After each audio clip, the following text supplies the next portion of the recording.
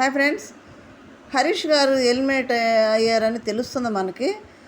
మరి చాలా వరకు అయితే 99% అందరూ ఓటింగ్ పోల్స్లో కూడా బయట అన్అఫీషియల్లో హరీష్ గారిదే లాస్ట్లో ఉంది. ఓటింగ్ అయితే అసలు పెరగలేదు. కొంతమంది అన్న కింద మీద 1% 2% పెరుగుకుంటూ వచ్చింది, కానీ హరీష్ గారిది మొదట్లో ఎలా స్టార్ట్ అయిందో లాస్ట్ వరకు అలాగే ఉండిపోయింది. మరి హరీష్ గారికి ఎందుకు ఓటింగ్ పెరగలేదు అంటే రీజన్స్ ఏంటంటే కొన్ని రీజన్స్ ఉన్నాయి. ఆ రీజన్స్ హరీష్ గారు అధిగమించగల శక్తి ఉంది, కానీ ఎందుకు అధిగమించలేకపోయారనేది సార్కే తెలియాలి. మరి హరీష్ గారు ఎందుకు ఎలిమినేట్ అవ్వాల్సి వచ్చింది, రీజన్స్ ఏంటనేది చిన్నగా చూద్దాం. మన బయట అయితే ఎలిమినేట్ అయిపోయారని చెప్తున్నారు, చూద్దాం అసలు ఆ రీజన్స్ ఏంటనేది. ఇప్పుడు ఫస్ట్ ఎలా ఉంటాడంటే, ఫస్ట్ ఓట్ బ్యాంక్ అయితే కావాలి. హౌస్లో ఉండాలంటే ఆడియన్స్ ద్వారా మెప్పించాలి, ఆడియన్స్ తోట శబాష్ అనిపించుకోవాలి. అప్పుడు ఆడియన్స్ అన్ని విధాలుగా యాక్సెప్ట్ చేస్తేనే ఓటేస్తారు. ఆ ఓటింగ్ బేస్ రావాలంటే ఏం చేయాలి? ఆటలన్నా ఆడాలి, ఎంటర్టైన్మెంట్ అన్నా చేయాలి, లేదంటే హౌస్లో వాళ్ళతో బాండింగ్ అన్న ఏర్పడాలి, ఇన్ని ఉండాలి. ఆటలు ఆడితే ఏమవుద్దంటే హరీష్ గారు చాలా కష్టపడుతున్నారా, ఇలాంటి వ్యక్తిని ఎందుకు బయట పంపించేది, ఇంకా ఈ వారం ఇప్పుడు ఇట్లా ఆడారు, నెక్స్ట్ వీక్ ఇంకా బాగా ఆడతారా, అట్లా ఒపీనియన్ తోటి ఆడియన్స్ పెరిగే ఛాన్సెస్ ఉంటాయి, ఓట్ బ్యాంక్ పెరిగే ఛాన్స్ ఉంటుంది. ఇంకోటి ఏంటి, హౌస్లో బాండింగ్ అనేది ఏర్పడాలి. ఇప్పుడు అందరూ ఉన్నారు కదా, తనకంటే చిన్నవాళ్ళు అందరూ కూడా. అయితే తను చెప్తే వింటలేదు, కానీ కొంతమంది వినేవాళ్ళు ఉన్నారు. తను కనుక వాళ్ళకి చెప్తా ఉంటే, వాళ్ళతో ఫ్రెండ్షిప్గా అట్లా బాండింగ్ ఏర్పాటు చేసుకుంటే, కొంతమంది ఏమవుద్దంటే, సపోజ్ హరీష్ గారు శ్రీజతోటే బాండింగ్ పెట్టినట్టు ఫ్రెండ్షిప్గా ఉన్నారనుకో, శ్రీజ ఫ్యాన్స్ ఏం చేస్తారంటే, శ్రీజ ఒక ఎలిమినేషన్ లేదనుకో, ఆ ఫ్యాన్స్ హరీష్ గారికి ఓటేసే ఛాన్స్ ఉంది, అట్లా కూడా ఓటేస్తారు. ఇప్పుడు ఫ్లోరా గారు ఉన్నారు, ఫ్లోరా గారు ఓట్ బ్యాంక్ ఆడ నుంచి వస్తుంది, ఏమాట ఆడ హరీష్ గారి కంటే కూడా మరీ దారుణం. హరీష్ గారు అన్న వాళ్ళతో గొడవ పడుతున్నా ఎట్లన్నా కొంచెం ఉన్నారు, కానీ హరీష్ గారి కంటే కూడా దారుణమైన వ్యక్తి ఫ్లోరా గారు ఉన్నారు. మరి ఫ్లోరా గారిని పంపించట్లేదు ఏంది అంటే, ఫ్లోరా గారు కొంత మూవ్ అవుతుంది, కొంత తింటుంది, వాడితో పాటు తింటుంది, ఏదో విధంగా బాండింగ్ అనేది వాడు మాట్లాడుకుంటూ కూర్చుంటే ఉంటుంది, వాళ్ళు భాష తెలియపోయి నవ్వుతుంది, ఏదో ఒకటో రెండు ముక్కలు తెలుగు మాట్లాడుతుంది, ఫుడ్ తింటుంది అక్కడ. మన హరీష్ గారు ఏంటంటే అసలు అట్లా కూడా లేకుండా ఒక మూలగా ఒంటరికి కూర్చోవటం, ఒక్క పూటే తినటం, మెయిన్ రీజన్ అది హెల్త్ పాటు చేసుకుంటాడు. ఇట్లా హౌస్లో బాండింగ్ లేకపోతే పక్కన వాళ్ళ ఓటింగ్ షేర్ అవ్వడం కూడా కుదరని పని. అక్కడ బాండింగే లేదు కదా, ఇంకా ఓటింగ్ ఎక్కడ షేర్ అవుతుంది. ఇక్కడ టాస్క్ ఆడారంటే, మొన్న ఆడిన టాస్క్ అయితే సూపర్, బాగా ఆడాను, మన వీడియోలో చెప్పుకున్నాం. తన ఏజ్కి తగ్గట్టు మంచిగా ఆడారు. కళ్యాణ్ తోటి పోటీ పట్టమంటే నేను హరీష్ గారే గ్రేట్ అన్న, కళ్యాణ్ కంటే కూడా హరీష్ గారే గ్రేట్, బాగా ఆడారు అన్న. ఆ ఆటలో భాగంగా కాలు ఇరిగినందువల్ల నేను ఆడలేనని పక్క తప్పుకున్నారు. సరే, అది ఈ వారం వరకు. మరి ఇంతకుముందు 3 వారాలు నాకు సార్ వస్తూనే ఉన్నారు, గైడ్లైన్స్ ఇస్తూనే ఉన్నారు, పుషప్ చేస్తూనే ఉన్నారు. తర్వాత వాళ్ళ మిస్సెస్ గారు పాపం కాల్ మాట్లాడింది, లెటర్ పంపించింది, గేమ్ బాగా ఆడుతున్నా కొంచెం ఎంటర్టైన్మెంట్ చేయమని చెప్పింది. అవన్నీ అంతసేపే కొంచెం నవ్వుతుంటారు. మళ్ళీ ఏదో నామినేషన్ బాణమో ఏదో ఒకటి పడిందంటే సైలెంట్ అయిపోతారు, ఇంకా మాట్లాడడం, సైలెంట్గా కూర్చుంటారు వెళ్ళి. అట్లా కూర్చోవడం కూడా హౌస్లో బాండింగ్ ఎట్లా ఉంటుంది? ఇప్పుడు హౌస్లో కలవాలంటే ఏదైనా జోక్ వేయటము, ఏదైనా చేస్తా ఉంటే సరిపోదు. ఒకళ్ళు జోక్ వేసారనుకో, వారం అంతా సైలెంట్గా ఉండి ఒకసారి జోక్ వేసారనుకో, వీళ్ళకి కూడా ఆశ్చర్యం వేసింది, నిజంగా జోక్ వేసాడా, నవ్వాలా వద్దా, అమ్మో నవ్వితే ఏమంటాడు అనే విధంగా కూడా వాళ్ళు ఫీల్ అయిపోతారు. ఎందుకంటే జోక్ వేస్తే హరీష్ గారు తీసుకోరు. మరి హరీష్ గారు వేస్తారు, కానీ మరి వాళ్ళు తీసుకుంటున్నారంటే వాడు భయపడుతున్నారు తీసుకోవడానికి కూడా. ఎందుకంటే హరీష్ గారు ఎట్లా ఉన్నారంటే, శివన్న ఉన్నాడు కదా, BB7లో శివన్న చెయ్యరినా కానీ తన వంతు కృషి ఆటలు ఆడుతూనే ఉన్నారు, ఏదో ఒకటి చేస్తూనే ఉన్నారు.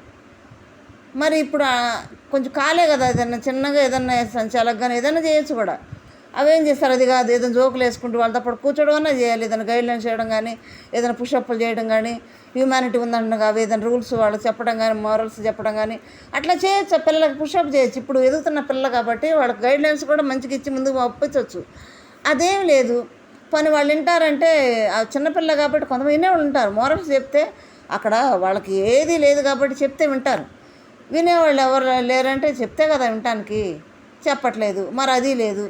తర్వాత గబుక్కన పిల్లల్ని గబుక్కన మాట అంటాం, అది నాకు సార్ వస్తే ప్రతిసారి ఇక్కడ చెప్పలేరు కదా, 2-3 సార్లు చెప్తారు, వినకపోతే ఇట్లాగా తీసి బయటకు పంపిస్తారు, అంతే కదా. నెక్స్ట్ వచ్చి శివన్న ఎలా అయితే కూర్చొని వాళ్ళ గైడ్లైన్స్ చేశారో అలా ఉండాలని ట్రై చేశారు కానీ కుదరలా. శివన్న ఫస్ట్ వీకే వాళ్ళని అడలెత్తించాడు. వాళ్ళని. శివన్నతో పోల్చుకోవడం ఎవరి తరం కాదు. శివన్న తర్వాత ఎవరు రారు, శివన్నకు ముందు ఎవరు ఉండరు కూడా. అంత క్యాలిక్యులేటెడ్గా గేమ్ ఆడాడు. చాలా బాగా. అలా ఇంకెవరు రాలే. కానీ తర్వాత కౌశల్ తోటి తాట ఇమిటేట్ చేశారు. ఎట్లా అంటే తనని టార్గెట్ చేశారన్నట్టు చూపించాలని చూసుకారు. కానీ ఎవరు టార్గెట్ చేయలేదు అక్కడ. టార్గెట్ చేస్తే ఊరుకుంటారు హరీష్ గారు? ఊరుకోరు కదా. అట్లే లేదు. ఏదన్నా మరి గొడవలు ఏమైనా తలదూచి ఏమన్నా పంచాయతీ చేసామని చెప్తారంటే అది లేదు. పెద్దవాళ్ళు చేయొచ్చు కూడా. మళ్ళీ అది కూడా హరీష్ గారు చేతగాని పనులు కాదు అవి, చేతైనవి. మరి ఎందుకు ఇన్వాల్వ్ కాలేదో కానీ తనకే తెలియాలి. తర్వాత ఇంకోటి, హోస్ట్ నాగ్ సార్కి ఎదురు మాట్లాడటం, అంత డిస్కషన్ చేయకూడదు నాగ్ సార్ తోటి.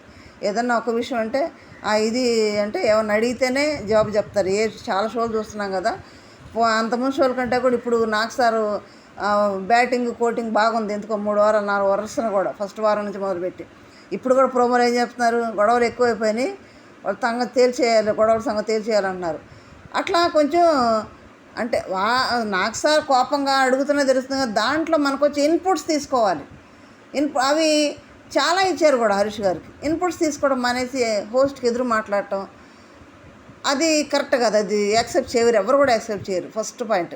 సెకండ్, బాండింగ్ అనేది లేదు హౌస్లో. థర్డ్, ఓట్ బ్యాంక్ లేదు. ఫోర్త్, టాస్క్లు లేవు. ఫిఫ్త్ వచ్చి ఏదైనా ఎంటర్టైన్మెంట్ ఉందంటే అది లేదు. మరి సెవెంత్ వచ్చి హెల్త్ కూడా పాడు చేసుకుంటున్నాడు. ఒక్క పూట తిని నేను మిగిలింది వేరే వాళ్ళు పెడతానంటే వాళ్ళు ఏమంటారంటే, బాబు నువ్వు ఫుడ్ తినకుండా ఇక్కడ హెల్త్ పాడు చేసుకుంటే మేము ఎక్కడ పడాలి, నువ్వు బయటికి వెళ్ళి నీ ఫుడ్ ఏదో బయట పెట్టుకోయ్యా అని అంటారు. అంతే కదా.